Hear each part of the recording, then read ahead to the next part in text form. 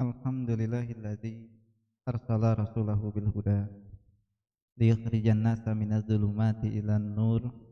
Asyhadu an la ilaha illallah wahdahu la syarikalah wa asyhadu anna Muhammadan abduhu wa rasuluh. Amma ba'd. Qala Allah ta'ala fil Qur'anil Karim, a'udzu billahi minasy syaithanir rajim. Wa in kuntum junuban fathahharu. Al-ayat. Ikhwatu iman rahimakumullah,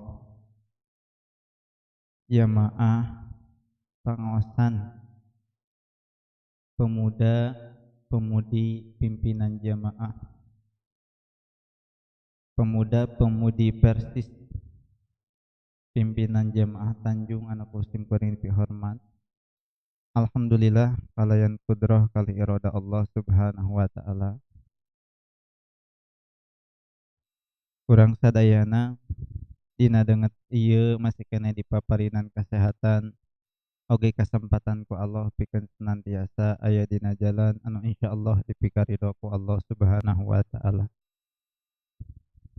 Mudah-mudahan dua lengkas sampean urang ka ieu majelis, ka ieu tempat, ieu mangrupikeun buktos keimanan urang dina ngalaksanakeun kewajiban urang salaku umat muslim, nyaeta nunaikeun kewajiban ku cara nuntut ilmu, nyukruk pangawruh nyiar pangabisa. Sakumaha dina wengi Jumat di PJ Tanjung, pimpinan jamaah Tanjung, rutin diayakeun kajian luar biasa nya di tiap wengi Jumatna, di tiap mingguna, luar biasa gitu. Anapun dina wengi Jumat kadua ieu khusus pembahasanna ngeunaan fikih ibadah.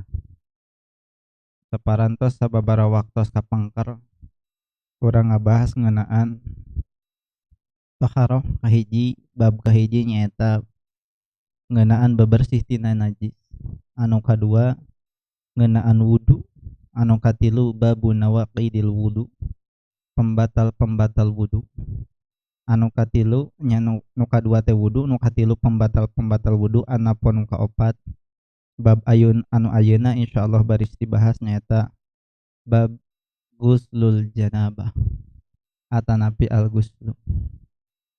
Jadi berbicara mengenai mandi atau mandi janabah. Sebelum masuk ke ranah mandi janabah, kita harus memahami dulu secara definisi apa itu mandi.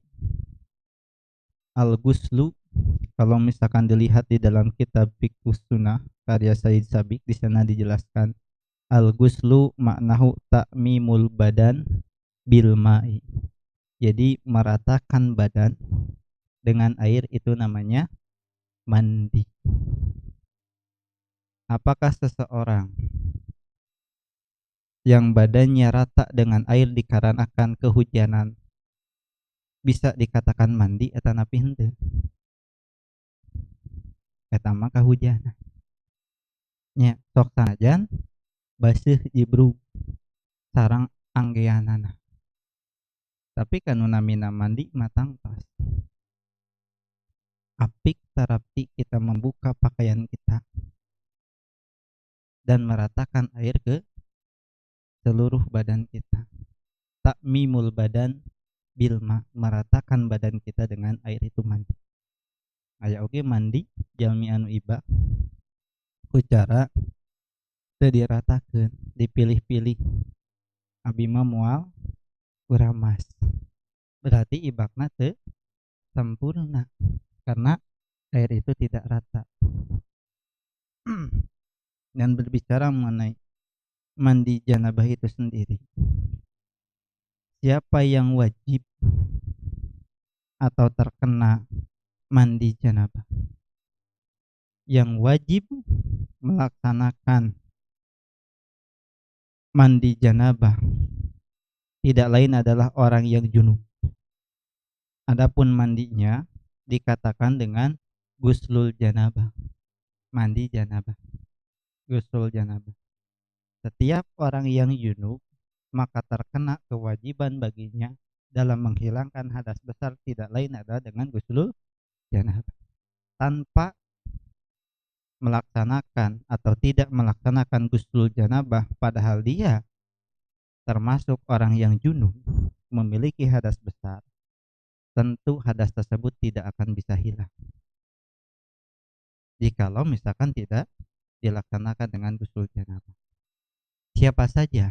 Satu, di antaranya orang yang terkena diwajibkan guslul janabah adalah orang yang ihtilam, orang yang bermimpi dan keluar mani.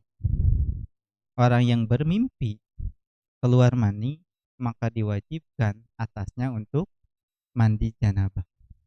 Satu itu. Yang kedua adalah orang yang sudah berhubungan suami istri. Pami dina bahasa Sunda mah sapatemon. Matak dulu sababaraha tahun kapangkel tos lami saya masih terngiang ceramah Al Ustadz Siddiq Amin Allahu yarham. Luar biasa. Jadi istimewanya Islam dalam mengurus manusia, khususnya dalam menghilangkan hadas, baik hadas kecil atau hadas besar. Di antaranya hadas besar itu tidak akan bisa hilang kecuali dengan guslul janabah. Yang jadi pertanyaan orang kafir ketika sudah berhubungan dengan lawan jenis, baik dengan istrinya, apakah bisa hilang hadas besar tersebut sekalipun sudah mandi? Karena yang bisa menghilangkan hadas besar itu bukan hanya mandi urap, mandi biasa, tapi mandi yang sudah dicontohkan oleh Rasulullah Shallallahu Alaihi Wasallam yang disebut atau dinamai dengan guslul janabah. Iya gitu. Di antawis nama guslul janabah. Berarti orang kafir mah tengah laksanakan guslul janabah tetap keadaannya masih dalam keadaan hadas. Ustaz Sidik amin Allahu yarham. Maraneh nama tetap aya dina hadas. Nah, sama mungkin ngelaksanakan mandi janabah. Tapi bagi umat Islam ini keistimewaan. Dalam hal bersuci pun apik diperhatikan.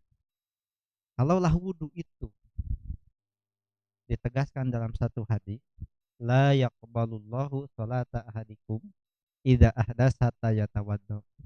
Tidak akan diterima salat salah seorang di antara kalian idza ahdas, apabila berhadas hatta yatawaddo, sehingga dia berwudu. Jadi wudu itu di antara satu syarat sahnya salat dan juga menghilang dari hadas kecil. Itu wudu. Adapun guslul janabah, mandi janabah adalah satu cara yang memang diatur oleh agama dan dicontohkan oleh Rasulullah Shallallahu Alaihi Wasallam sebagai penghilang dari hadas besar. Pertama tadi orang yang bermimpi diwajibkan mandi janabah. Yang kedua orang yang berhubungan badan atau sapatemon, berjima. Yang ketiga siapa? Wanita yang sudah beres dalam masa haid atau nifas, maka diwajibkan baginya untuk guslul janabah, mandi besarnya. Bahkan ini dari Ustaz Siddiq Amin Allahu yarham. Nah, disebut mandi besar. Ini kata beliau. Karena ketika seseorang melaksanakan mandi janabah itu membutuhkan air yang banyak. Tidak sama halnya seperti mandi urap. Kan mandi urap mah biasa ibakna, tapi mandi janabah ada tata cara yang memang dicontohkan oleh Rasulullah. Cara-carana oge aya. Teu sagawaya gitu, teu sagawaya. Bahkan di Al-Fatawa Ustadz Aceng Jakaria beliau menghimpun jadi beberapa studi kasus-kasus diantaranya pertanyaan-pertanyaan mengenai guslul janabah itu sendiri. Yang pertama tadi definisinya, mandi itu adalah meratakan badan dengan air. Mana ayat yang menjelaskan bahwa seseorang junub harus bersuci. Itu tercantum di dalam surat Al-Maidah ayat 6. Jadinya di sana dijelaskan a'udzubillahi minasyaitonirrajim wa in kuntum junuban fattahharu. Jikalau kalian dalam keadaan junub fattahharu maka bersucilah. Jadi ada keunikan. Ada keunikan kalau misalkan kita menelaah ayat ini dicantumkan di dalam surat Al-Maidah. Kita melebar sedikit. Melebar sekali. Ai surat Al-Maidah hartosna naon? Hidangan. Apa hubungannya antara surat Al-Maidah yang artinya hidangan dengan junub? Hubungannya di mana? Nyambungnya di mana? Nanti asa ngawala. Kan Al-Maidah teh hidangan, tapi di surat Al-Maidah yang artinya hidangan ayat-ayat wa in kuntum junuban fatahharu. Jikalau kalian dalam keadaan junub maka bersucilah.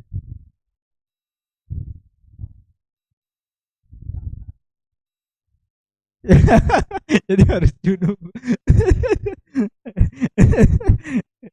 Jadi begini ya.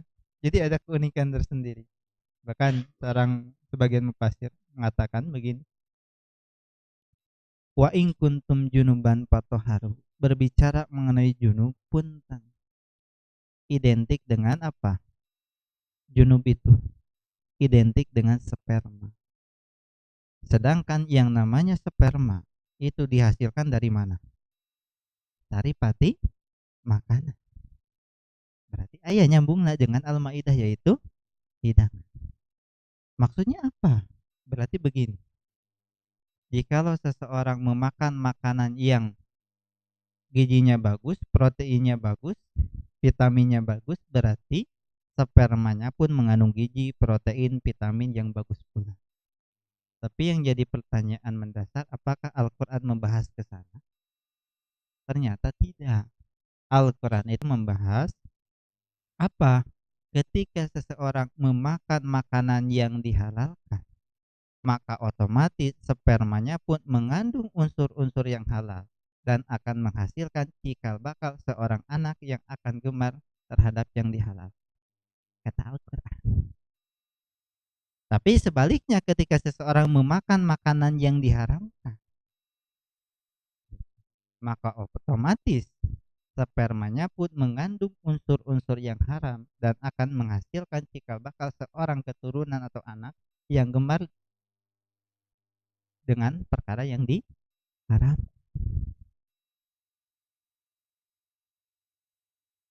Sajahat-jahatna tukang maling, tukang copet menginginkan anaknya itu soleh, tapi diberikan nafkah dengan sesuatu yang dihasilkan dari yang haram. Kira-kira doana diijabah mual. Justru yang akan menghalangi doa itu diantaranya masuknya sesuatu baik makanan, minuman atau kita memakai sesuatu dari perkara yang haram. Itu gitu diantawis nama. Saya tak sakedik. Jadi ada keunikan wa in kuntum junuban fatahharu disimpan di dalam surat Al-Maidah. Ini kewajiban. Jadi dimutlakeun gitu. Kalau kalian dalam keadaan junub maka bersucilah. Karena asal dari janabah itu sendiri apa? Jauh atanapi tebi. Sok dimutlakeun kangge anu gaduh kewajiban mandi ku alatan satu sapatemon atanapi keluar mandi. Bahkan ada satu hadis yang menjelaskan ini khusus bagi yang sudah memiliki pasangan atau berkeluarga, karena ini ilmu sekalipun kita belum memiliki pasangan. Ketika seseorang berhubungan, iya bahasana kiasan, seperti halnya kita gambarkan, kita tampilkan seperti sumur. Sumur kan aya timba. Ketika timba itu masuk ke dalam sumur, ya. Jadi ketika berhubungan namun tidak keluar mani, yang jadi pertanyaan apakah tetap dia berkewajiban untuk mandi janabah. Padahal teu kaluar mandi. Kalau bermimpi, urang teh mimpi ihtilam, mimpi berhubungan, mimpi sapatemon, mimpi jima, tapi teu kaluar mandi. Wajib mandi teu? Tidak kan? Kalau misalkan ihtilam. Tapi kalau misalkan berhubungannya dengan idal takol khitanani, apabila sudah bertemu dua yang dihitan gitu, maka wajibal ghuslu, maka wajib atasnya untuk mandi. Wa illam yunjil, sekalipun tidak keluar mani gitu. Terus berhubungan tapi tidak keluar mani tetap gitu. Jadi entos tadi teh timba atas lebat kanu sumur teu keluar mani tetap berkewajiban untuk mandi. Wa illam yunjil. Ada nanti tak iya. Hadisna mana keterangan yang menjelaskan mengenai hal tersebut? Dinu keterangan kedua, dinu hadis yang diterima oleh Abi Hurairah, an Abi Hurairah radhiyallahu anhu, dari Abi Hurairah semoga Allah meridai kepadanya, ia berkata, qala Rasulullah sallallahu alaihi wasallam, telah bersabda Rasulullah sallallahu alaihi wasallam, idza jalasa baina syu'abihal arba summa jahadaha faqad wajabal ghusl wa illam yun. Rasulullah sallallahu alaihi wasallam bersabda gitu, apabila salah seorang di antara kalian itu duduk di antara 4 cabang istri, 2 tangan, 2 kaki, ini kiasan kan? Ketika praktek hubungan halnya seperti itu. Lajeng prakna, maksud lajeng prakna itu apa? Betul-betul melakukan hubungan suami istri dalam hal berjima. Faqad wajabal ghuslu, maka eta jalmi wajib siram, maka orang tersebut diwajibkan untuk mandi. Yang dimaksud mandi di sini adalah mandi janabah, dikarenakan orang tersebut termasuk orang yang sudah junub, orang yang junub. Wa illam yunjil, sekalipun teinjal, injal itu keluar mani gitu. Di antaranya itu sekalipun tidak keluar mani. Itu hadis kedua. Selanjutnya ada seorang sahabat perempuan yang memang pernah bertanya kepada Rasulullah Shallallahu Alaihi Wasallam perihal mimpi. Anjena kantasnya perihal mimpi. Ia luar biasa nak, seorang perempuan, dia itu tidak merasa malu jikalau misalkan mengenai sesuatu yang harus ia ketahui. Kadang orang mah izin padahal orang belum tahu bagaimana status hukumnya. Kalau kita tidak bertanya, kita akan yakin tidak dalam melakukan sesuatu. Sedangkan kita tetap berada dalam keraguan. Mata Ummu Sulaim tadi dia an Ummi Salamah radhiyallahu anha, bukan anha, karena Ummu Salamah termasuk perempuan. Dari Ummi Salamah semoga Allah meridai kepadanya, qalat, ia berkata, ja'at Ummu Sulaim. Ummu Sulaim datang Ummu Sulaim imro'atu Abi Thalha. Siapa Ummu Sulaim? Ummu Sulaim itu adalah istrinya dari Abu Thalha. Sebelum memiliki suami yang bernama Abu Thalha, ternyata Ummu Sulaim itu memiliki suami yang bernama siapa? Malik. Dari Malik ini, Ummu Sulaim memiliki seorang putra yang bernama Anas bin Malik. Malik itu ayah dari Anas gitu. Ternyata wafat atau meninggal ketika berperang, bukan bersama umat muslim tapi melawan umat muslim, karena pada saat itu ayah dari Anas bin Malik dalam keadaan kafir, tak akan masuk Islam. Gugur ayahnya yang bernama Malik, maka Ummu Sulaim dugikeun kalebat Islam, dugikeun kan nyodorkeun yang nyodorkeun putrana yang bernama Anas bin Malik, ya Rasulullah, khadimuka Anas. Jadi Abi nyodorkeun Anasnya untuk sebagai pelayan khadimuka Anas. Dugikeun ka ditampi ku Rasul sasarangan gitu. Balihan didoakeun ku Rasulullah sallallahu alaihi wasallam Anas bin Malik. Dugikeun ka ininya ngabahas Abu Thalhah teh kabita kapincut ku Ummu Sulaim. Kapincut ku Ummu Sulaim. Dugikeun ka pada saat itu Abu Thalhah belum dalam keadaan Islam. Dugikeun ka anjeunna hoyong ngahitbah Ummu Sulaim. Padahal Abu Thalhah teh seorang yang memiliki kekayaan yang besar. Jalmi nu kaya Abu Thalhah teh gitu. Saha anu wantu nolak Abu Thalhah? Beunghar ganteng deui pan. Saha nu wantun? Tapi ketika narika bade ngalamar ngahitbah Ummu Sulaim, Abu Thalhah itu, ungkapan yang luar biasa dari Ummu Sulaim apa?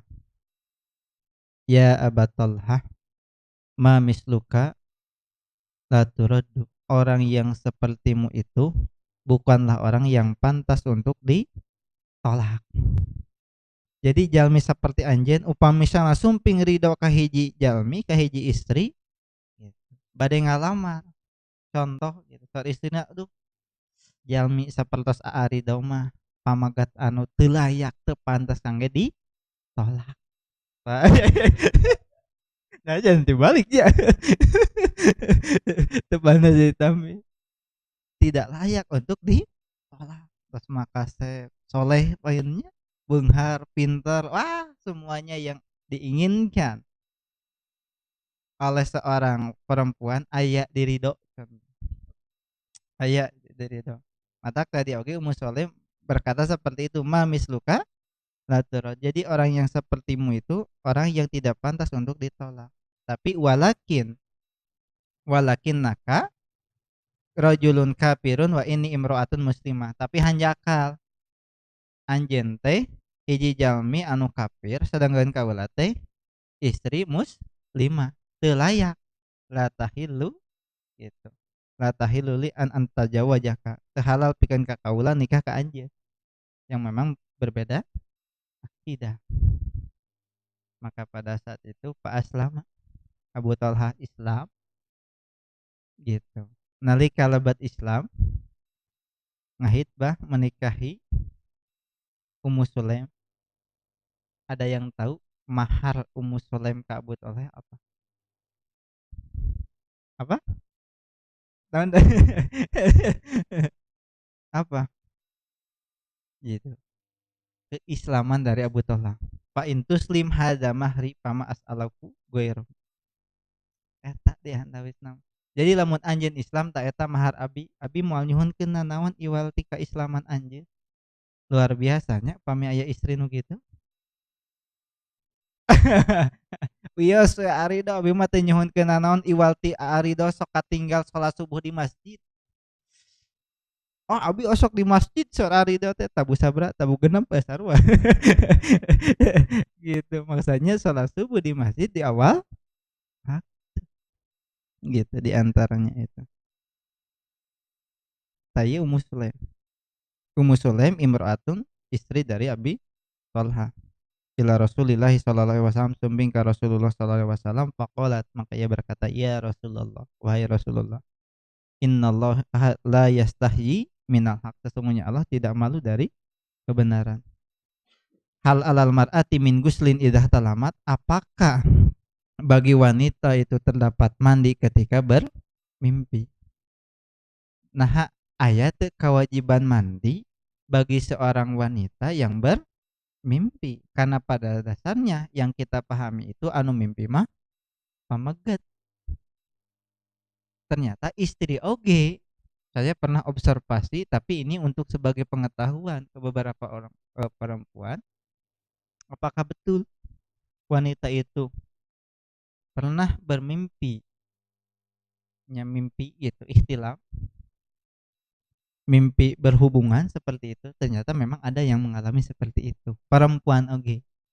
Dulu mah manawi teh menuju sanawiyah gitu mualimin manawi teh pamagat hungkul yang bermimpi teh karena diantara baliknya seorang laki-laki itu dilihat ihtilam pernah bermimpi atau tidak. Kalau wanita baliknya seorang wanita itu ketika sudah haid baliknya. Nah iya mah perempuan. Hal alal mar'ati min guslin idah telamat apakah ada kewajiban mandi bagi seorang wanita ketika mimpi. Faqala Rasulullah sallallahu alaihi wasallam, maka Rasulullah sallallahu alaihi wasallam bersabda, "Na'am, betul. Ada kewajiban mandi idza ra'atil ma'a, ketika melihat air."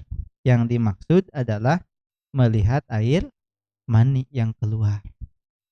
Jadi bukan sembarang air, tapi air yang betul-betul keluar ketika di saat setelah bermimpi basah.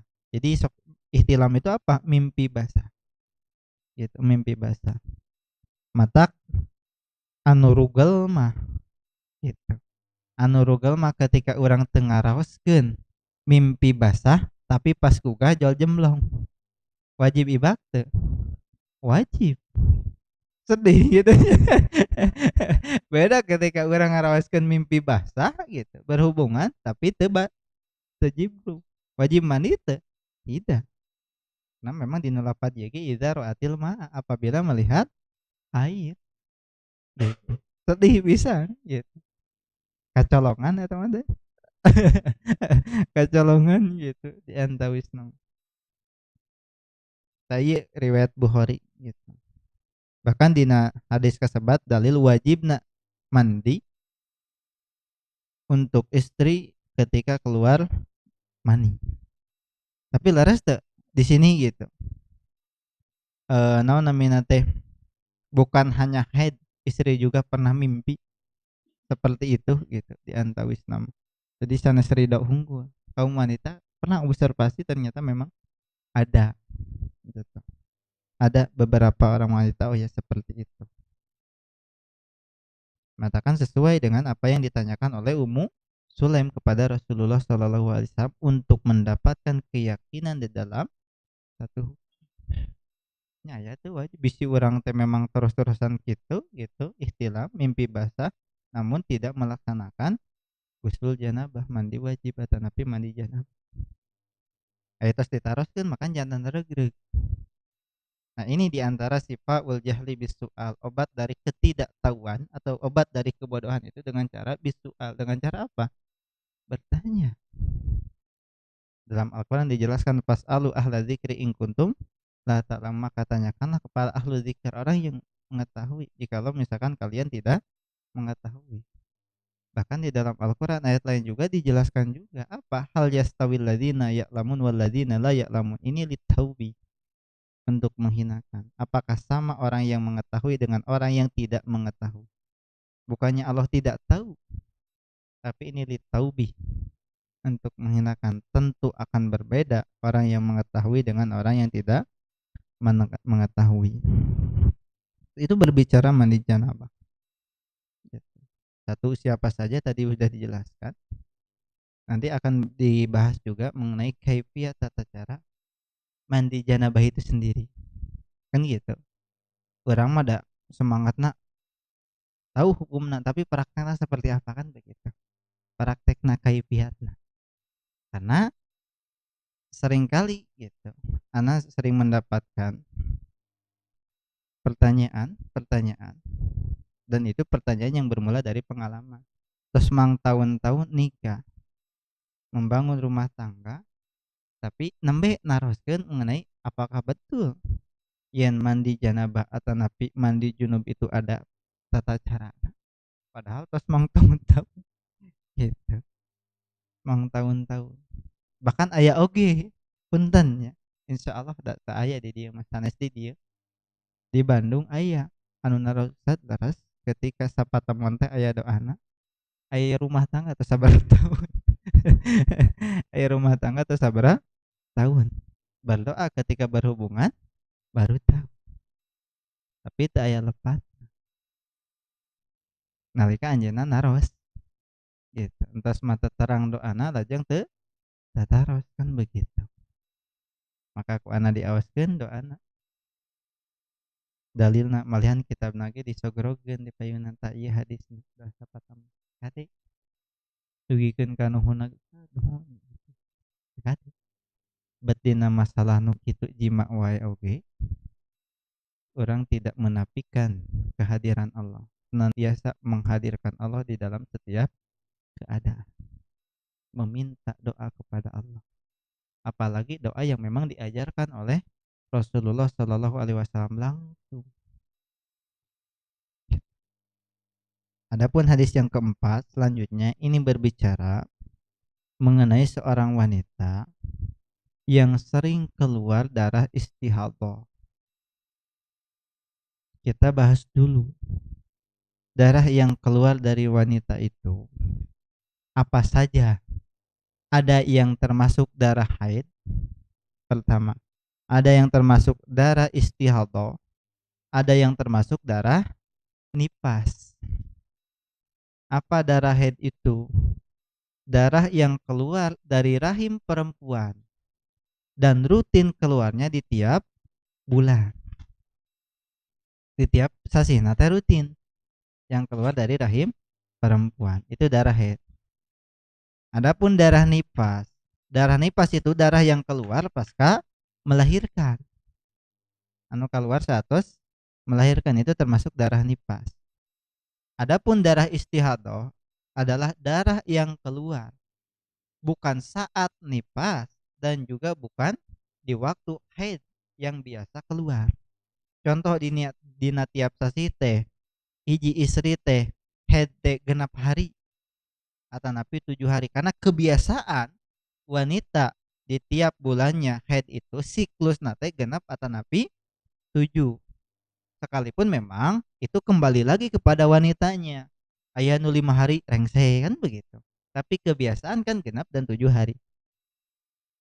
Adapun ketika lebih dari siklus haid itu sendiri di tiap bulannya. Contoh biasana mah tiap sasi tetas hampir satahun teh 7 hari. Anapi genap hari iyo mah dugikeun ka 2 mingguan 14 hari. Maka kelebihan dari siklus kebiasaan 6 atau 7 hari itu dikategorikan termasuk darah istihadah. Maka yang jadi pertanyaan apa? Apakah boleh seorang wanita meninggalkan sholat manakala ia keluar darah terus selama 2 mingguan? Anu teu boleh sholat makan ketika keluar darah haid na hungkul. Tidak bisa seorang wanita, seorang perempuan meninggalkan kewajiban sholat manakala ia keluar darah istihadah.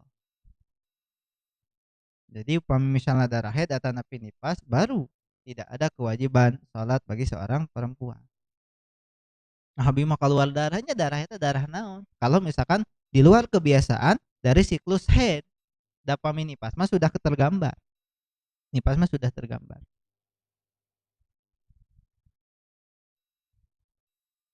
Tadi dia diuningakeun an Aisyah radhiyallahu anha qalat dari Aisyah semoga Allah meridai kepadanya ia berkata ja'at Fatimah bintu Abi Hubaisin.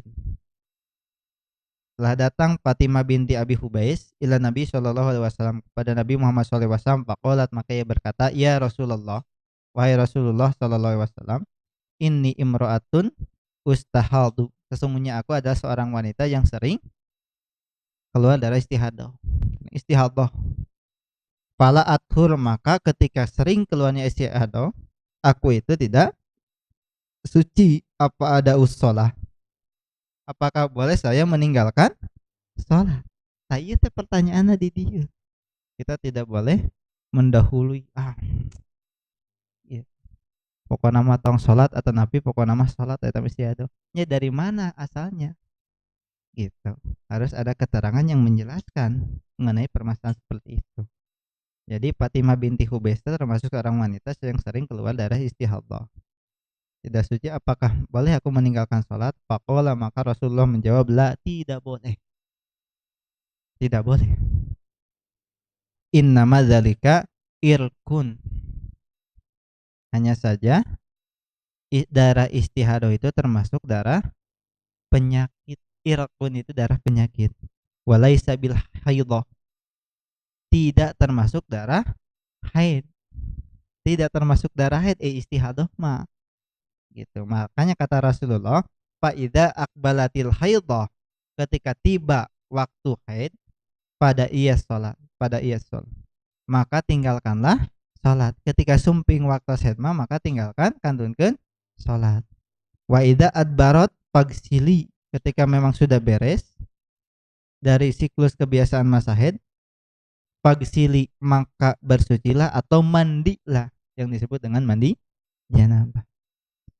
Pagsili anki, mandilah engkau gitu. Pagsili anki dama wasolli, di antaranya mandilah engkau dan bersihkanlah darah dan sholatlah. Bahkan di riwayat Muslim, di riwayat Musane summagtasili wasolli, di antaranya itu. Silakan gitu. Prak siram sarang pidama salat. Hendaklah engkau mandi dan salat. Jadi darah istihadah itu bukan termasuk darah haid. Tidak bisa seorang perempuan meninggalkan kewajiban salat ketika keluar darah istihadah, darah penyakit di luar kebiasaan siklus dari darah haid. Eta panginten. Malihan teu mustahilnya ada seorang wanita sanes yang istri ini pun bojo sabarasa sih henteu haid, tapi ketika dites negatif gitu. Naraskan kabidan itu memang ada efek dari akibat KB, dugikeun ka hampir genap sampai 7 sasi tidak haid, henteu haid gitu. Nah, di sisi lain orang teh hawatos, di sisi lain kangge suami freedom gitu, merdeka. Perbuatan di antawisna. Tapi itu diantaranya efek KB, baik efek KB suntik atau napi pil diantaranya. Jadi itu normal, itu normal. Tapi alhamdulillah eta mah pas waktu dulu pernah seperti itu.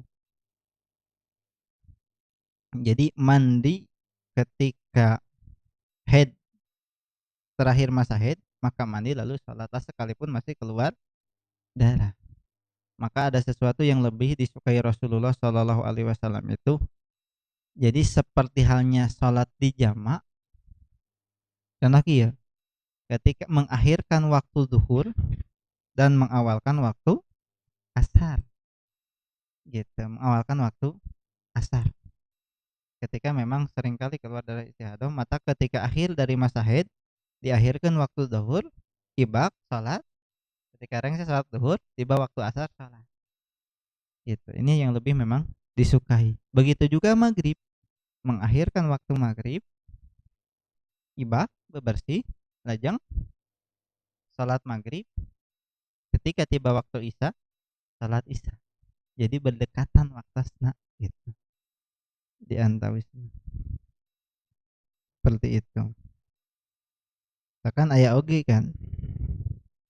Dina hadis anu kalima ini yang menjelaskan tentang kaifiyah tata cara guslul janabah itu sendiri. Orang sering melaksanakan guslul janabah. Jadi mandi janabah itu bukan hanya bagi orang yang sudah menikah atau punya pasangan. Karena yang belum punya pasangan pun terdapat kewajiban mandi janabah, baik itu ketika ihtilam, bermimpi basah, atau nabi ketika apa bersihnya dari haid ya, itu bersuci. Di antaranya itu. Matak dinu hadis Aisyah dijelaskan an Aisyah radhiyallahu anha qalat, dari Aisyah semoga Allah meridhoi kepadanya, ia berkata. Jadi perihal kaifiat atau tata cara gusul janabah ini ada keunikan, diriwayatkan oleh sahabat perempuan yang dimaksud adalah istri Rasulullah Shallallahu Alaihi Wasallam. Karena tidak setiap hadis itu diriwayatkan oleh sahabat laki-laki, gitu. Di antara keutamaan sahabat perempuan yang meriwayatkan hadis, di antaranya adalah istri Rasulullah menjelaskan perihal kaifiat, kan iya mah non privasi kan, betul tidak? Ya, kaifiat nah gitu. Wah Aisyah disampaikan karena ini merupakan satu ilmu, gitu. Bukan dari sahabat laki-laki. Mata kalau misalnya ayah sahabat laki-laki anu ngajelaskeun, nah ini timbul patarasan. Nah anu tibak Rasulullah gitu. Dugikeun ka anjeunna uninga kan gitu. Tapi oleh Siti Aisyah. Ana Aisyah taqalat kana Rasulullah sallallahu alaihi wasallam. Matak hadis itu ada 3 kan? Ada kaul, ada fi'lun, ada takrir. Kaul itu adalah hadis yang memang dari ucapan Rasulullah. Qala Rasulullah SAW, telah bersabda Rasulullah. Ada fi'lun, perbuatan Rasulullah identik dengan kalimat kana Rasulullah, anna Rasulullahi. Nah, ini merupakan fi'lun. Di dalam hadis ini Aisyah mengatakan perihal menjelaskan perbuatan Rasulullah Shallallahu Alaihi Wasallam. Karena Rasulullah Shallallahu Alaihi Wasallam itu perbuatan. Gitu. Karena Rasulullah SAW, kadang Rasulullah SAW, atau bisa diartikan dahulu Rasulullah SAW, idak tasala minal janab, apabila beliau mandi dari janabah, yabda'u fayugsilu yadaihi. Beliau memulai dengan mencuci kedua tangan, awalnya eta. Mencuci kedua tangannya. Summa yuprigu biyaminihi ala shimalihi, kemudian mencucurkan dengan tangan kanannya kepada tangan kirinya. Terus ngawasuh dua panangan teh, mencucurkan dengan tangan kanannya ke tangan kirina. Fayagsilu farjahu, lalu mencuci kemaluannya. Dicai teh di tangan kanan, dicucurkan ke tangan kiri, lalu membasuh mencuci kemaluannya. Summa yatawaddau wudu'ahu lis-shalat.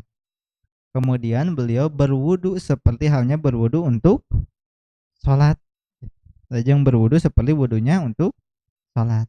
Summa ya'khudul ma'a fayudhilu asabi'ahu fi usuli sya'ar. Kemudian beliau mengambil air dan menyibak-nyibakkan kana rambut.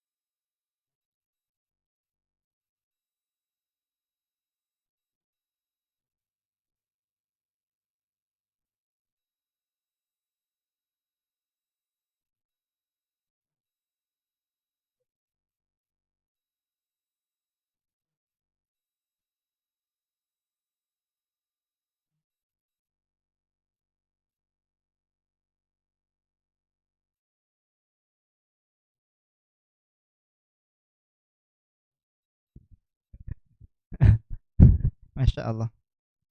Nah itu diantaranya itu.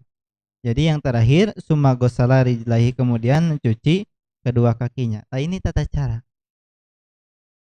cara yang memang diajarkan, dicontohkan oleh Rasulullah Shallallahu Alaihi Wasallam perihal kaifiat atau tata cara guslul janabah, mandi janabah. Di antaranya itu. Nanti ada permasalahan kembali. Dikarenakan guslul janabah itu pembahasannya panjang. Insyaallah mungkin nanti akan dilanjut, kita akan pertajam dari sesi dialog atau dari sesi tanya jawab. Gitu. Seperti itu mungkinnya. Jadi akhirnya dari kaifiyah tata cara, nanti ada permasalahan. Bagaimana status wanita yang memakai sanggul? Nyebak-nyebak kena oke kan hese gitu. Berat teuing ku sanggul gitu nya. Diantawis. Bahkan bagaimana permasalahan apakah betul setiap rambut itu terdapat janabah, seperti itu. Nanti ada permasalahan, insya Allah perihal hal itu nanti kita akan bahas di lain waktu. Itu mungkin yang bisa disampaikan untuk pembahasan part pertama, bagian pertama mengenai gusul janabah atau mandi junub, mandi janabah. Ditutup heula pangintennya sebelum ada atau barangkali ada yang mau ditanyakan dulu sebelum ditutup.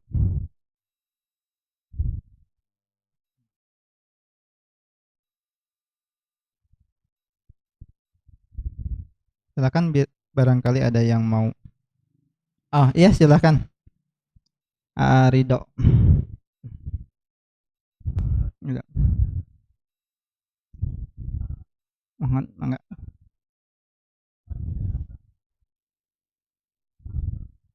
Betul? Betul. Mohon. Mohon. Hmm. Laras, laras.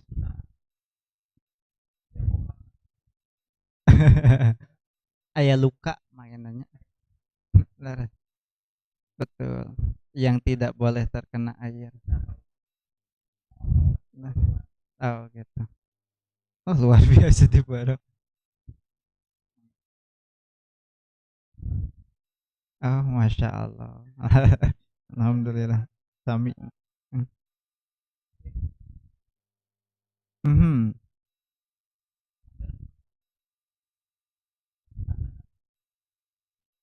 Mhm. Siap. Syarat.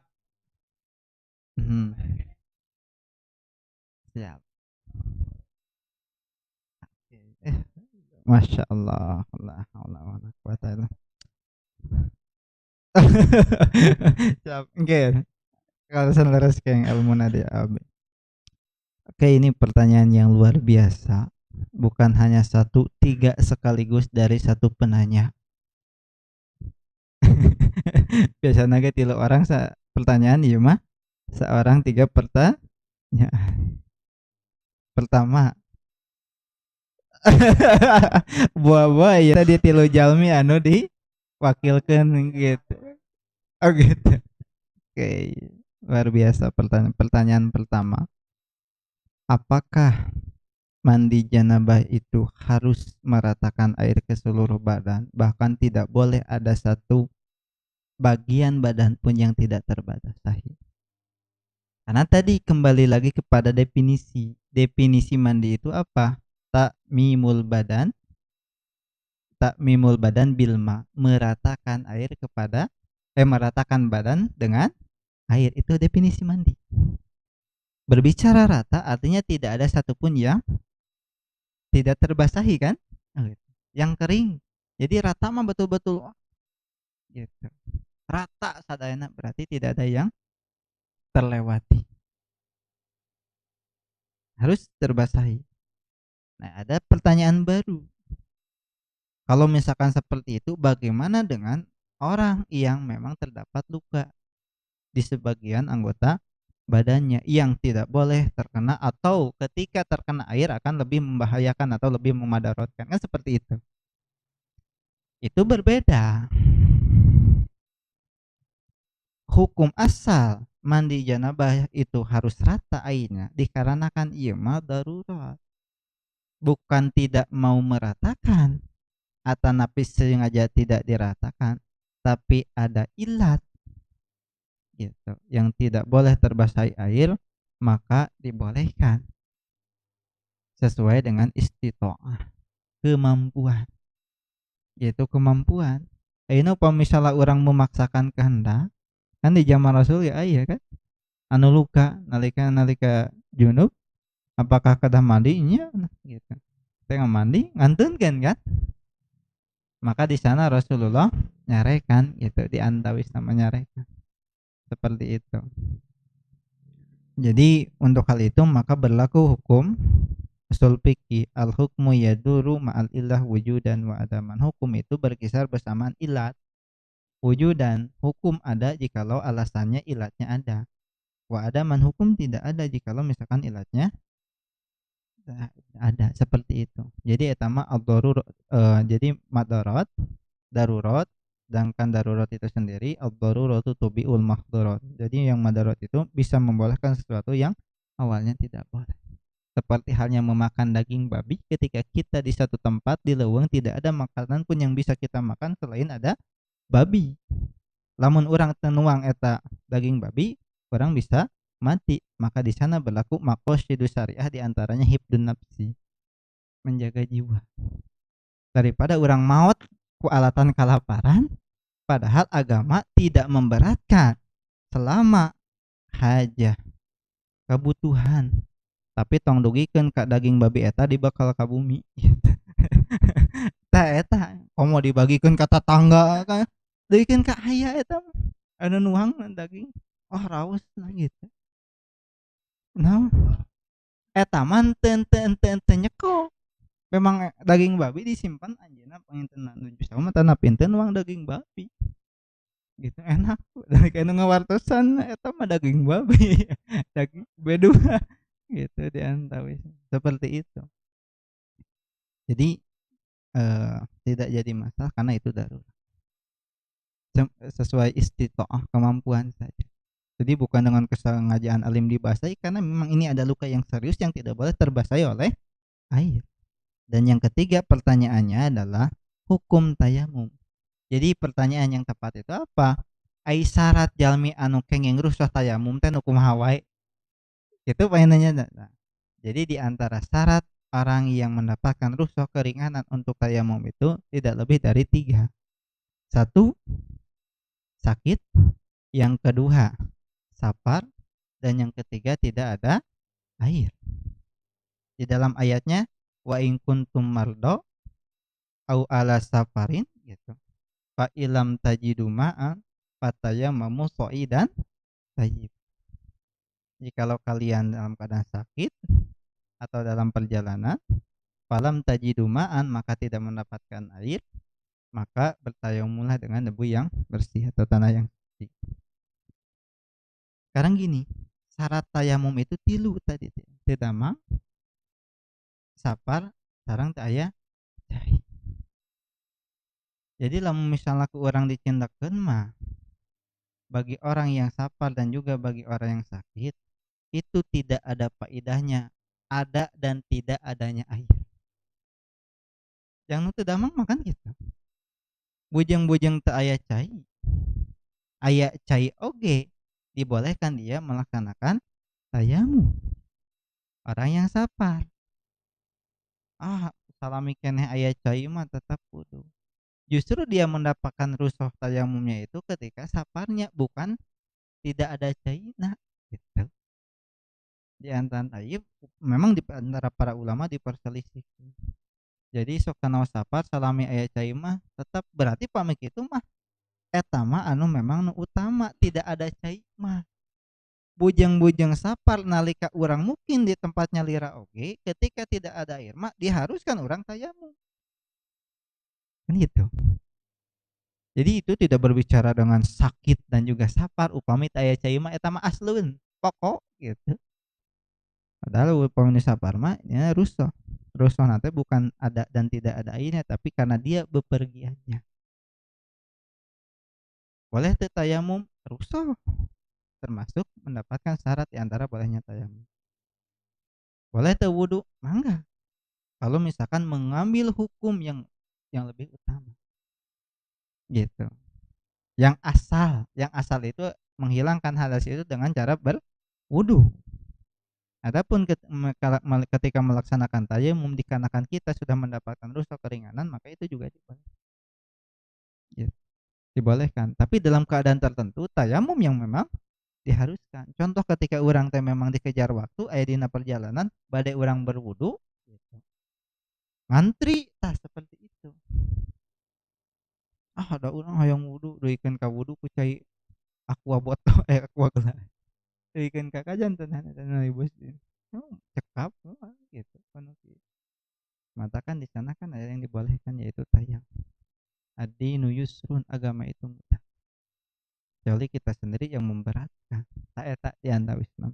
Jadi safar sekalipun ada air tetap gitu mendapatkan rukhsah keringanan untuk tayamum. Eta di antara Islam. Jadi itu harus tidak ada air. Jadi kalau misalnya teu aya cair marek saparek mukim da eta mah nu utama. tayamum ketika tidak ada air. Itu mungkin. Tiluan anak. Kap pengennya. Nah, mangga bilih aya deui di sanes gitu.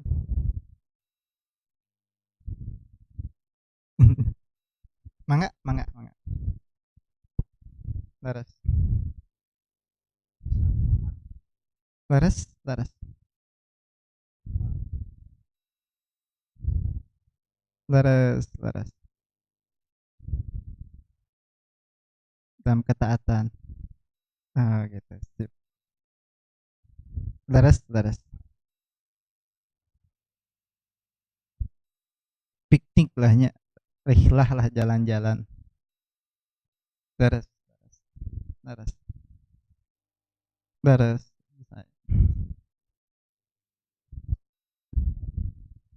Nuhun.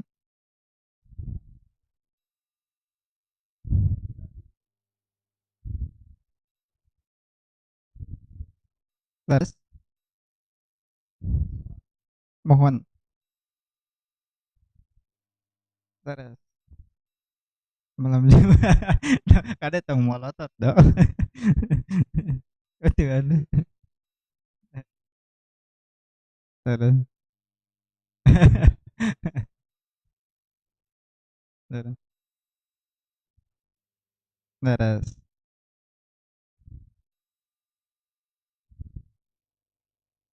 Upami. Hmm. Hubungan. Terus apa teman terus ibak. Terus. Siap. Dua pertarusana. Ah, luar biasa. Luar biasa. Saya pertarusana pengen tanya. Kahiji perihal sapar. Kepergian. Pembahasannya tarik teuing pengen tanya. Kan katepar gitu.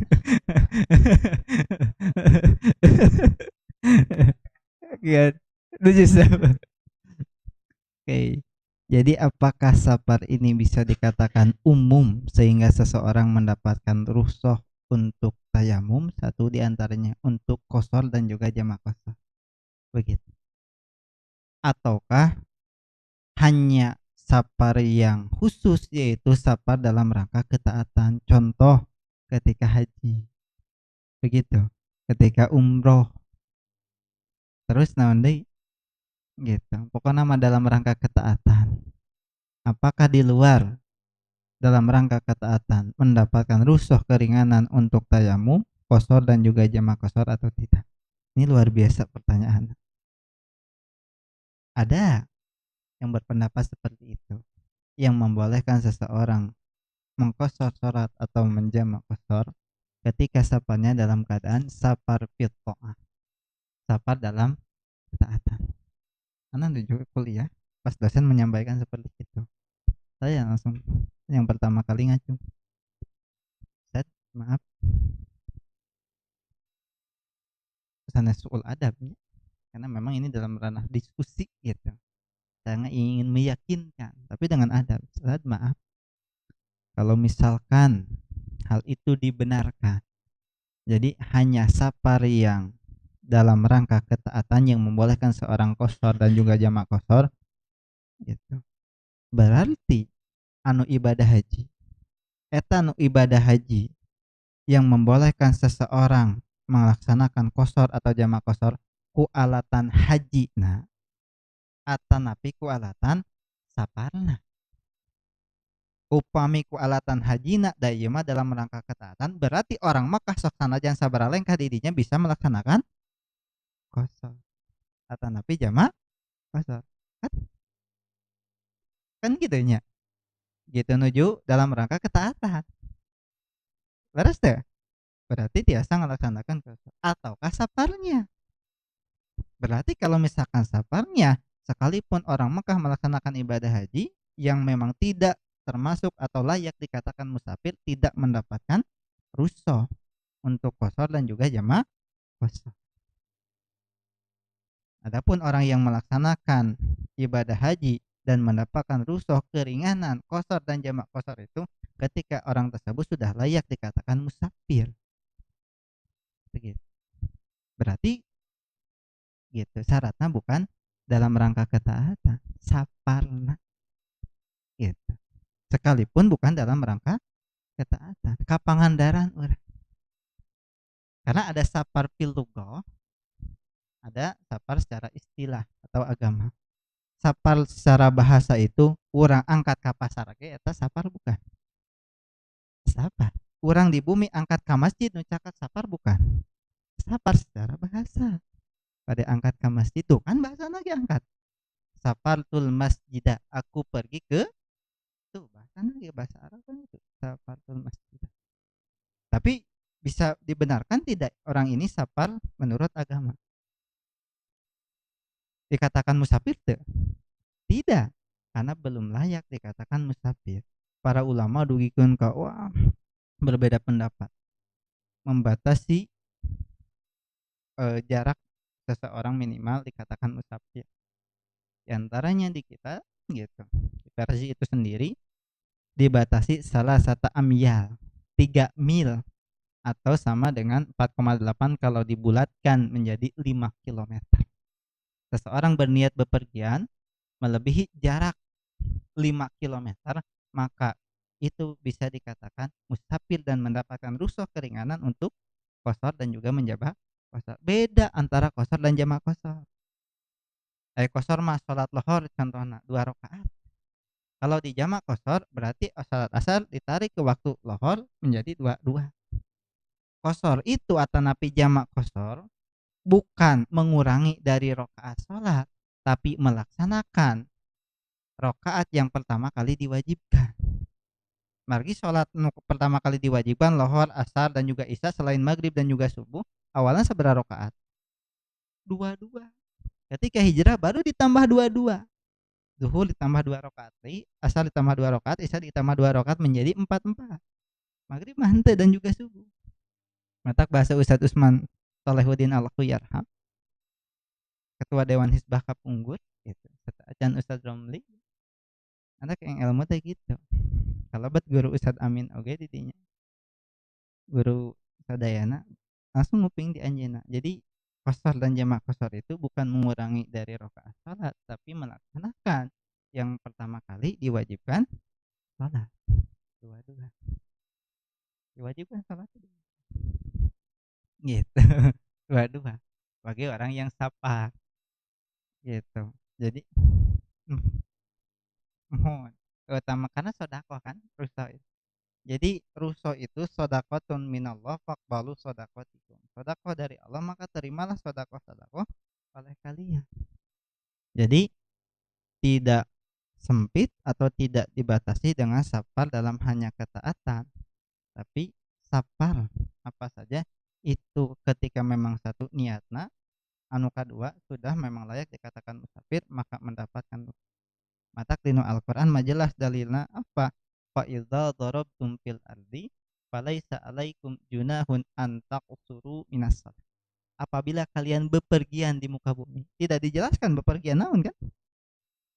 Kalian bepergian di muka bumi, falaisa alaikum junahun, maka tidak ada dosa bagi kalian an taqsuru minas salat untuk mengqashar dari sebagian salat.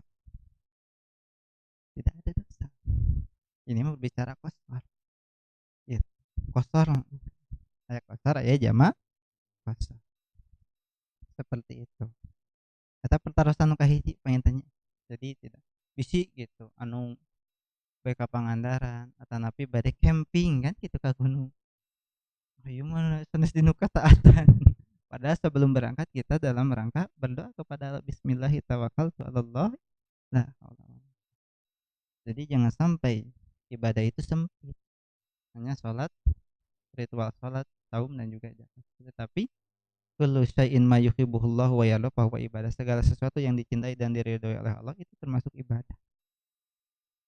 Selama orang memang bepergian tidak menafikan gitu kehadiran Allah, bahkan menghadirkan di setiap keadaan dan juga waktu, menghadirkan Allah dalam setiap keadaan, di antaranya kita berdoa kepada Allah gitu.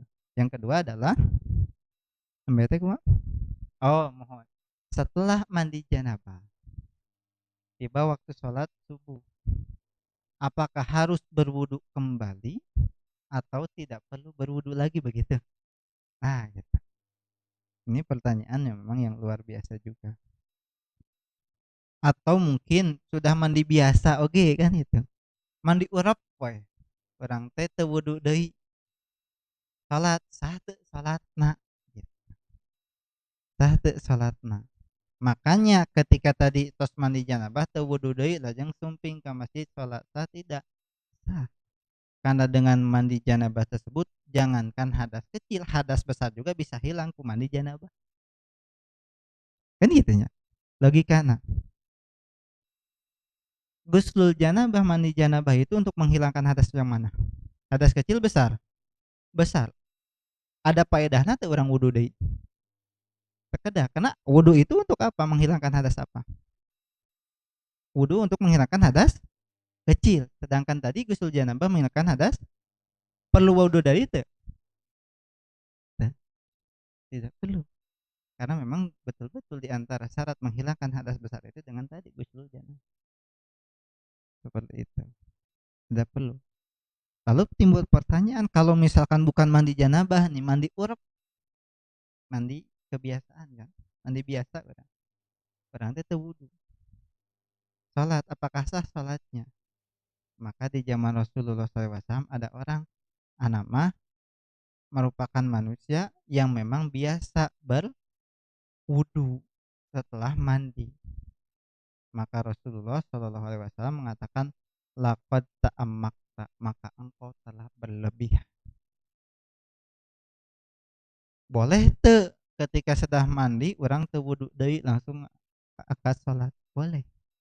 Satu, dengan syarat orang mandinya itu diniatkan untuk sholat, dan yang kedua mandinya itu betul-betul mandi yang merata, bukan mandi orang.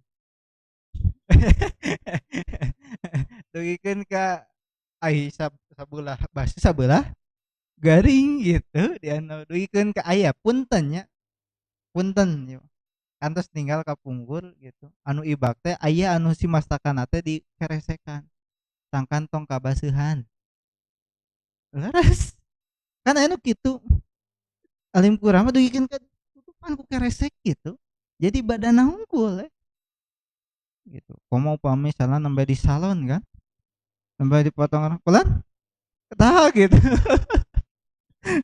Sebagai luar biasa. Tak eta gitu tuh. Duikeun ka ditutupan. Bahkan anu dicagap rambutna oge duikeun ka molototna luar biasa eta. 150 kade gitu. Nalika dicagap oge terus molotot, komode dibasihan. Berarti itu mah mandi anu memang tidak sempurna. Wudu deui teu? Nya eta mah wayahna.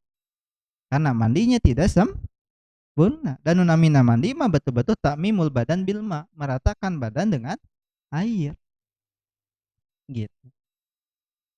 Saya ianya pembahasan etanu tadi, apakah wudu gitu atau napi setelah mandi wudu atau napi henteu,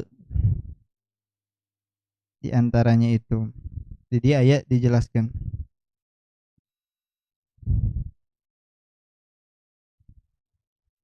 Hmm.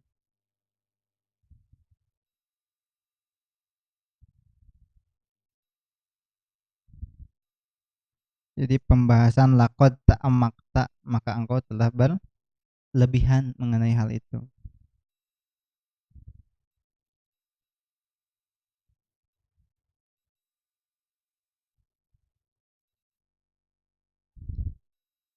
Tentang mandi.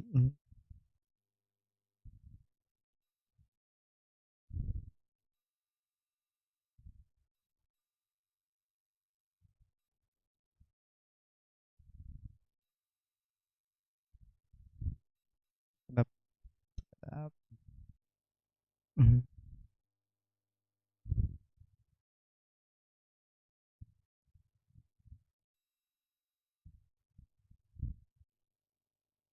Sok bila ede nusane sakan mila iya deui.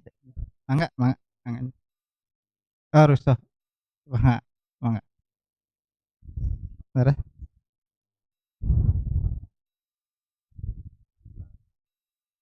beres, beres. Beres. Mohon, leres, mohon, leres. Kayak yang gerusuh lah, kayak yang keringanan, keringanan. Mohon, leres, leres. Berarti terus uih deui dari tempat tujuan mungkin ya, leres. Hmm, leres, leres. Mhm. Musafir, tiasa kosor atau napin teh? Oh gitu. Hmm. Wah, luar biasa. Luar biasa, luar biasa. Jadi memang betul kahiji, ketika kita mendapatkan rukhsah keringanan melaksanakan qashar atau napi jama qashar itu ketika kita sudah memiliki tujuan kemana kita pergi. Contoh ke Jakarta, sudah melebihi dari 5 kilo, urang teh teu acan salat. Nalika pulang, urang teh istirahat di Purwakarta. Urang boleh qashar keneh teu atau napi jama qashar? Boleh jama tidak? Boleh. Kenapa? Satu, tujuan dari niat bepergian kita sudah terlaksana dan kita pulang pun masih dalam keadaan musafir berada dalam perjalanan. Nah, pertanyaannya ini luar biasa bagus. Ieu mah memang tos caket tempat bumi gitu. Contoh panginten, anak di Cangkuang angkat ka Cicalengka atau Purwakarta panginten. Di ditu teh tabung 12 lah atanapi tabusat. Teu acan salat ye. Nalika dugi ka dieu ka Ciherang atanapi ka Kampung Sawah. Berlaku tidak kosong gitu. Ayeuna logikana diuihkeun. Pami urang di dieu teh adzan, lajeng angkat ka Puntang, adzan lohor angkat ka Puntang. Boleh teu di ditu jamak qashar?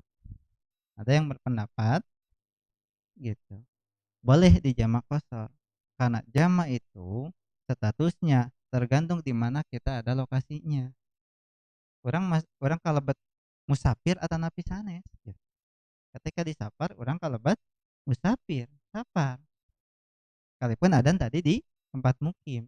Tapi tidak bisa ketika orang tadi puntang terus adzan lohor angke we di bumi. Lajang dugi bumi atanapi di masjid caket bumi boleh teu di jamak qashar? Henteu. Kenapa? Posisi kita bukan termasuk orang yang musafir. Entos mukim deui sekalipun belum sampai masuk rumah. Kan di antara rumah urang sarang tempat yang dikatakan urang layak sebagai musafir itu berapa kilo tadi? 5 kilo. Urang pam di dieu ka mana? 5 kilo. Ka Rencong begitu. Kirang Pameungpeuk tah. Pameungpeuk kan? Gitu ka Pameungpeuk. Ketika urang memang kurang di Pameungpeuk, contoh naon namina teh di Cireungit, urang teh tos euih perjalanan. Ada urang mah tos ngalangkungan di 5 kilometer. Nya langkung di 5 kilometer teh di mana? Urang setar di mana kan? Gitu. Sanes kukuring-alingan seperti itu. Gitu. Kalau misalkan jamak tahir boleh, bisa. Di bumi oge jamak tahir mah tiasa. Contoh orang di Puntang ya, pas adzan lohor, angkewe di bumi, boleh tidak? Boleh tidak dijamak? Boleh. Jamak naon? Jamak tahir. Adapun jamak kosor, boleh teu? Boleh teu? Pantas di bumi. Atanapi satu acan lebet bumi. Anu penting teu acan lebet bumi. Disebat mukim teh hanya bumi saja atanapi tempat yang memang mukim itu tempat bumi saja atanapi tempat yang memang belum standarisasi kita dikatakan musafir. Anak Cangkuang, Kampung Sawah itu dikatakan mukim bukan? Mukim. Belum 5 kilo. Saya tak gitu. Sekalipun sudah melakukan. Contoh ke Jakarta orang. Mata kemarin diskusi aya teu fatwa Dewan Hizbah anu membahas mengenai seperti itu gitu. Di antaranya itu. Karena memang ada sebagian yang berpendapat gitu. di Ustad Persis juga aya nu seperti itu. Sok tos angkat nalika cakat boleh dijamak. Namun saya masih ragu seperti itu. Ragunya dari mana? Kalau misalkan memang mendatangkan dalil seperti itu, jadi kapan kita layak dikatakan musafir ketika melebihi dari 5 kilo? Kemana? Ke tempat tujuan kita safar. Upami euih deui. Sekalipun orang tos kukulilingan ya. Tos kulilingan. Upami kitu mah punten. Urang ngulilingan Ciherang oge Bojong Kunci oge salami melebihi 5 kilometer biasa teu? Hah? Upami misalnya saperlos tadi gitu kukulilingan. Biasa. Karena orang memang tos kukulilingan seperti itu. Tos kukulilingan seperti itu. Matak tadi anak tos diskusi gitu, tos lami kesana aya nu naro gitu. Jadi seperti logika tebal, ketika di dieu teh adzan lohor, urang angkat nyamios ka Puntang. Padahal adzan tos lohor di dieu, boleh teu dijamak? Boleh, karena posisi kita di mana? Posisi orang di mana? Di Sapar kan? Ketika sudah di Puntang. Tapi kalau misalkan di ditu terus adzan, urang dongkap ka dieu, wih boleh teu dijamak? Padahal kan adzan lohor tos di ditu, urang masih kene adzan lohor di ditu. Boleh teu dijamak qashar? Tidak kan? Sekalipun memang abi pamit tadi ngengeun adzan ge nuju musafir, nuju safar. Nya ayeuna kondisina nuju safar atanapi henteu. Atanapi dikatakan layak atau, standarisasi orang musafir atau tidak. Karena bukan dikatakan musafir, eta mah sudah melakukan perjalanan. Weuh dina safar, weuh dina safar. Soalna bilih urang mah urang mah bilih mentasahulkan. Mentasahulkan dan juga melalaikan, ah da engke we. Ketika urang teh padahal di tempat anu ku urang diangkat musafir safar teh, eta teh ada rusuh keringanan oleh Allah, karena Allah lebih tahu bagi orang yang bepergian di antaranya terdapat masyaqqah, kesulitan. Ayeun tos euih deui mah sudah terlepas kan kebutuhan yang ditunaikan. Tos euih deui maka tos jongjon deui, bahkan belum tidak dikatakan musafir deui kan, karena tidak melebihi dari 5 kilo. Padahal tos di dinya. Nah, ieu tempat anu memang kita mendapatkan rusuh keringan bisi tasahul, menyepelekan, ah engke di ditu ge di deukeut imah ge bisa. Satu itu, yang kedua melalaikan dari waktu hadinya. Maka ada ancaman fawailul lil, jangan sampai kita mendapatkan rusuh keringanan karena tadi kita sebagai musafir melalaikan kewajiban Allah yang memberikan. Kan dino ayat tadi oke kan fa iza darabtum bepergian. Bepergian di muka bumi. Di antau Islam. Matak ana belum mendapatkan hadis yang secara tersurat. Rasulullah safar lalu kembali lagi ke Madinah dekat dengan tempatnya, tidak. Aya oge anu menjelaskan Rasul salat di rumahnya ketika haji dan itu bukan jamak qashar. Aya salat kudum. Aya salat kudum. Salat kudum teh ketika angkat-angkatan Rasulullah kembali lagi ke rumah dan salat. Itu bukan jamak qashar. Salatnya namanya salat kudum. Salat kudum. Ketika kembali dari haji. Jadi bukan jamak qashar. Salat kudum. Seperti itu. Nya bili nya urang mah kan kedah ihtiyati, kehati-hatian. Karena jangan sampai rusuh yang diberikan oleh Allah yang termasuk shadaqatun minallah, sedekah dari Allah, kita tidak mengambilnya, menanti-nanti gitu. Menanti-nanti. Atas pengennya. Jadi syarat jarak safar mah para ulama membatasi, namun lamanya seorang dikatakan musafir tidak ada batasan. Sok tanaos rek sabaraha tahun oge gitu, tidak ada batasan. Selama kita tidak berniat untuk mukim, menetap gitu. Tah merantau. Merantau gitu. Merantau. Tah eta diantawis nama. Kahalos pengennya. Jadi bilih mentasahulkan dan juga melalaikan. Ah kewe di ditu gitu. Padahal rusuh itu tadi gitu. Kita sedang dalam perjalanan, bukan kembali dari perjalanan yang sudah dekat, apalagi termasuk orang asisten mukim begitu. Jadi mukim, jadi sekali mukim itu bukan hanya di rumah, di tempat yang memang belum standarisasi jarak safar udah dikatakan mukim. Saya di sini mukim tidak? Mukim, biasa teh jamaah qashar. Henteu nah, da bu da bukan musafir, sekalipun bukan rumah saya begitu. Belum layak dikatakan musafir karena belum melewati jarak minimal 5 kilometer. Laras, mohon 2 tahun. Tidak masalah, tidak ada batasan. Niat nasapan teu, saya niat mukim. Tah gitu. Mohon.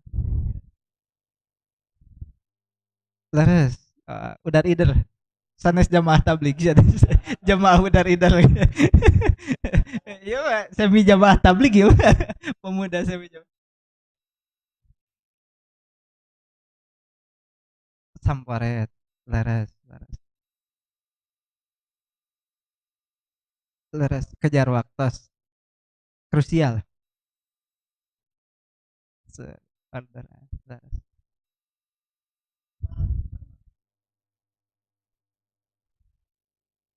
Selama memang kalau misalkan melebihi jarak minimal sapar entos tebih mohon. Laras tebih ya tuh gitunya. Boleh teu kosor atau jamaah kosor? Boleh karena memang boleh teu? Boleh. Apa yang membolehkan seseorang mendapatkan rukhsah keringanan dalam salat ketika bepergian atau kita dalam perjalanan, bukan di tempat mukim. Di Cikutra itu tempat Mas bukan? Tidak kan? Dalam perjalanan. Boleh teu di kosaran jamaah kosor? Silakan. Sekalipun memang profesi Mas sebagai gojek. Silakan di jam itu rukhsah. Gitu. Terus mohon mohon. Jadi para ulama ikut aya nu seseorang dikatakan musafir sudah bepergian selama 3 hari 3 malam. Aya nu saminggu anu. Jadi memang beda-beda. Cuman di kita sendiri membatasi salah satu amyal. 3 mil sama dengan dibulatkan 5 kilometer. Jadi ke mana gitu. 5 kilometer ini bisa mendapatkan rukhsah keringanan untuk bukan hanya qashar dan jamak qashar, tayamum gitu. Karena syarat tayamum itu 3 kan? Sakit, tidak ada air dan juga safar. Ketika orang di jalanan di jalan tol ya, tiba waktu sholat, lamun misalnya diandapkeun teu liren sholat, orang akan bablas waktu sholat, maka di sana ada keringanan mendapatkan rukhsah yaitu tayamum kanu naon biasa kan kanu salat di dinya gitu di antau Islam. Kita yang memang tidak memungkinkan kita untuk berhenti dalam menunaikan kewajiban kan gitu. Dari area-area tertentu mah kan terus tiasa sakarepna sanes jalan urang kan begitu. Sanes jalan urang gitu. Sanes jalan urang. Maka itulah Allah lebih tahu. Masyaqqah. Maka rukhsah itu apa? Shadaqatun minallah. Sedekah dari Allah. Faqbalu shadaqatikum. Maka terimalah sedekah Allah oleh kalian. Keringanan. Gitu, keringanan. Aya rukhsah, ada azimah. Azimah itu mengambil hukum yang naon namina teh yang pokok yang anu intina. Contoh pamisalna nalika urang safar, bias teu upami urang teu di qashar teu jangan masalah itu mengambil hukum azimah. Gitu. 4 rakaat nya mangga gitu. Padahal aya rukhsah keringanan gitu. Keringan tah gitu. Keringanan. Gitu. Jadi tong dugikeun ka salat lohor teu di qashar atanapi jamaah qashar sareng asar 4 rakaat bari ngalaksanakeun rawatib eta mah salah oge. Karena belum naon namina teh terceritakan Rasulullah ketika safar melaksanakan salat sunat rawatib kecuali qobla subuh. Rasul ketika di mukim atau safar tidak meninggalkan. Bahkan keutamaan dari 2 rakaat sebelum subuh apa? Rakaatul fajri khairum minad dunya wa ma fiha. 2 rakaat fajar. 2 rakaat fajar itu rakaatul fajr, 2 rakaat fajar, 2 rakaat sebelum subuh itu khairum minad dunya wa ma fiha lebih baik daripada dunia dan isinya. Matak pamirido ngalamat tos gaduh naon, Bu? Abi mah teu can kantos ngantunkeun salat sunat qobla subuh dina hadis sanesna eta teh langkung sae manan dunya sareng isina. Kelar pek tadi taros ku calon mertua teh uning teh teu cukup jang cek mertuana teh ai ujang apal naon dunia sareng istina teh naon kedah apal heula kedah tahu dulu dunia dan isinya seperti apa karena Rasul sendiri ketika salat sunat qobla subuh sering kali membaca dua surat yang mengandung ketauhidan tingkat tinggi satu ketauhidan fi'liyah amali yang kedua tauhid secara kauli. Di antaranya apa? Rakaat pertama membaca surat Al-Kafirun, yang kedua membaca surat Al-Ikhlas. Tauhid dua nana oge. Kan Al-Kafirun qul ya ayyuhal kafirun gitu. Amali yang itiqadi gitu. Al-Ikhlas mah qul huwallah ahad. Murni pisan ke tauhid gitu. Kadang-kadang kalau pulku ngabahas ngeunaan ieu. Jadi dua tauhid, ayat-ayat tentang tauhid. Amali dan juga itiqadi. Keyakinan kan itu murni. Eta panginten perkawis apa? Tah eta langkung Abdul surat tanah leres. Surat tanah, surat imah ibadah sesuai sunnah sangkan merenah gitu. Tul tumaninah gitu. Dina imah. Gitu kan gitu. Diantawis. Wah. Jadi kapan di ibu-ibu taya cekap pengantinnya misalnya taya orang di ros cekap pengantinnya orang dicekapkan wae kajian dina wengi ayeuna wengi Jumat kedua perkawis fikih ibadah bab guslul janabah insyaallah baris lajeng karena bagian kedua masih karena bab janabah sebelum bab yang kelima. Sebetulnya tadi pertanyaan dari Ridho ini pertanyaan yang memang belum dibahas pada pembahasan fikih ibadah. Bab kelima teh pembahas mengenai tayamum. Terus diteruskan di payun. Mudah-mudahan kajian ayeuna teh tiasa jantan ilman nafian, ilmu anu bermanfaat, tiasa jantan mau ildoh, nasihat khususna kangge sim kuring umumna kangge sadayana. Mudah-mudahan Allah maparin kesehatan ka urang sadayana. Oge kesempatan pikeun aya dina jalan anu diridhoi ku Allah Subhanahu wa taala nu utami ngengingkeun rahmat oge magfirah Allah Subhanahu wa taala. Akhirul kalam aqulu qouli hadza wa astaghfirullah li wa lakum. Assalamualaikum warahmatullahi wabarakatuh.